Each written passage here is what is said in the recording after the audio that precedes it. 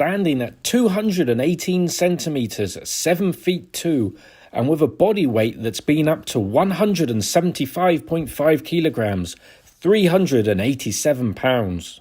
The Korean monster's unbelievable size meant he was able to overcome opponents vastly more experienced, but this also worked against him as he was fast-tracked to fight some of the greatest MMA fighters of all time.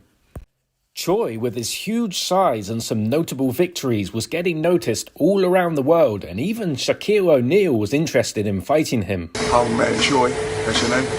Yeah, I'm coming for you. Don't worry about it. I'm retired next year, 2 years. I'm coming for you. Age 25, Choi entered the highest level of kickboxing at the K1 World Grand Prix, where he won his debut via TKO 1 minute 40 into the first round.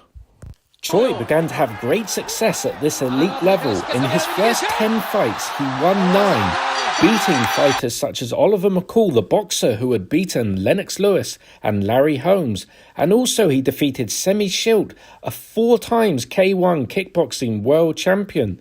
In those 10 fights, he lost just 1 by a controversial decision to Remy Bonjasky, a 3 times K1 kickboxing world champion himself. Choi was proving he was a massive handful for any fighter on the planet.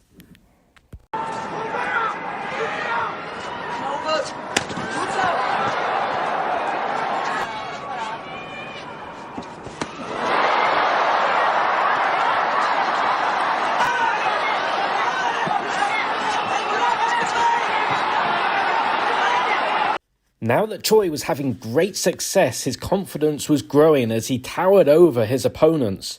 And it wasn't long before an MMA promotion came calling. His first fight was against Bobby Olagun, who he destroyed in just 16 seconds.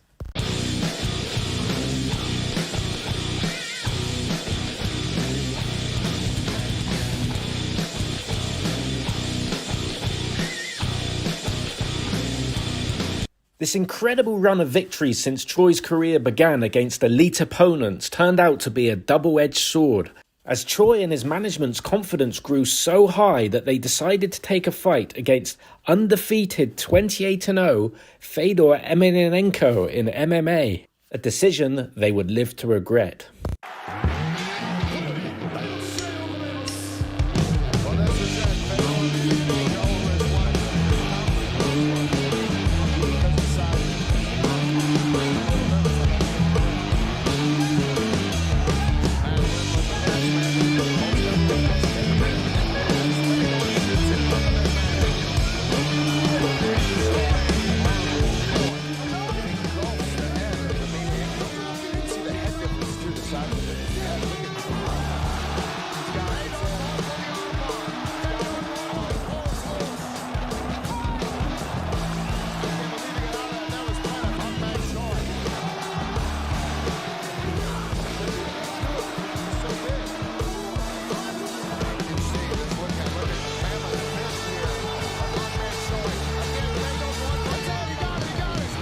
Despite losing in under 2 minutes, it had been a valiant display from Choi against one of MMA's all-time great heavyweights. However, this loss severely damaged Choi's confidence, and it became a clear mark of where his career began to go into downfall. Choi was very muscular and had good speed and endurance for a giant. However, his size soon caught up with him and he had serious medical conditions, including a brain tumor removed. Inexplicably, just a few months later, he was put into a fight against another legend of MMA, Mirko Cro Cop. Choi actually did amazingly well, lasting 6.5 minutes in that fight. However, his speed clearly in decline, and eventually a kick would finish him off. A big money fight was then set up for Brock Lesnar, who had just come to MMA from WWE Wrestling to fight Man Choi in the main event. However, sadly, Choi wasn't able to pass the medical. You can see the difference in size between him and the huge Brock Lesnar here, though. In a sad story, but one that we see far too often in the fight game, Man Choi continued his career far too long, sometimes having breaks of up to 5 years, but then going back to fighting. He had matches against huge men such as Akebono and Bob Sapp, who themselves usually dwarf their opponents but look small next to the real-life giant Hong Man Choi.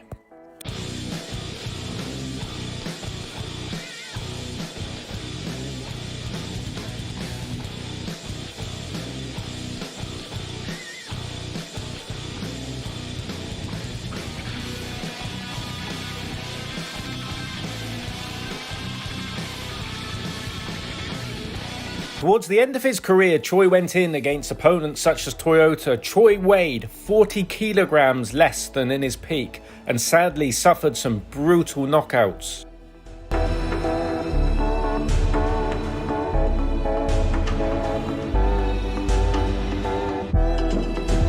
He would keep on fighting and because of his huge size would still be able to defeat some opponents and carried on getting some victories. However, in amongst them was some very heavy losses.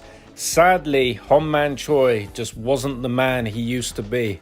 However, in his prime, Hong Man Choi had been probably the most accomplished giant we've ever seen in mixed martial arts, beating some elite level opponents and causing everybody he fought against huge problems. He will forever be in the memories of anybody